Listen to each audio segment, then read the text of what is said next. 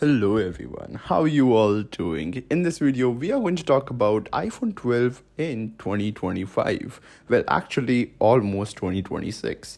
We have reached the end of 2025 and iPhone 12, it's really hard to believe that this year iPhone 12 will be more than 5 years old. Like, that's crazy. 5 years is a really long time. It's half a decade, and I just can't believe that it's been already 5 years. I still remember the keynote when Apple released and made it a big deal that we have an iPhone which supports 5G, which it was actually a big deal, not gonna lie. But yeah, it was not a big deal as much they hyped it up. The whole phone's marketing campaign was based on 5G, and not gonna lie, it worked out for them. And more thing which worked out for them, like the better thing was the design. It was the first iPhone after a really long time, after 5S. It was the first iPhone which got this new redesign, this boxy shape, which, to be very honest, it is just amazing.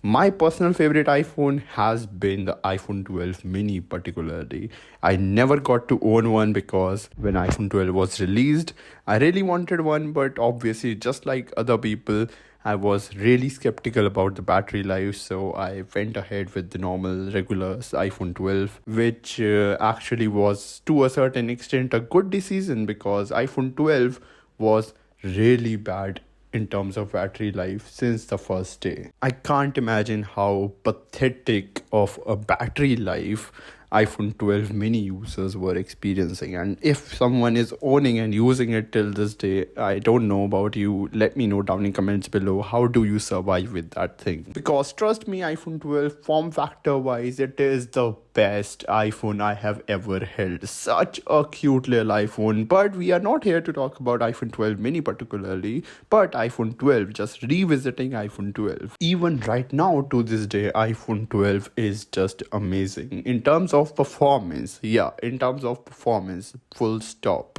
Like, it is not amazing to a very big part, but yeah, it is, considering it is a 5 year old device, it is amazing. Yeah, when you factor in the timeline, then it is amazing. So yeah, that's what I'm trying to say, that performance to this day is pretty good for its age. And considering you are not running iOS 26, but right now iOS 26.1 is not out yet, but I'm assuming that's gonna be better.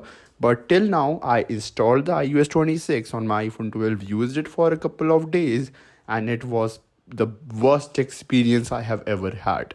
I don't know about you guys, but I was just feeling like I was using a Vivo device, that to a budget Vivo device, because of the animation lag and everything was just so bad. So I went ahead and downgraded my device to the iOS 18. Now things are much better than earlier than it was on the iOS 26. So if you haven't installed iOS 26 on your device, just please make sure to don't, because right now, as the time I'm recording this video, iOS 26.1 is not out. Fingers crossed. Hope so it's gonna fix things. But as of right now, iOS 26 is pathetic. Really bad on iPhone 12. All in all, if I had to conclude this video and come to one point, that is it worth buying an iPhone 12 right now, then no, it is not worth buying an iPhone 12 right now.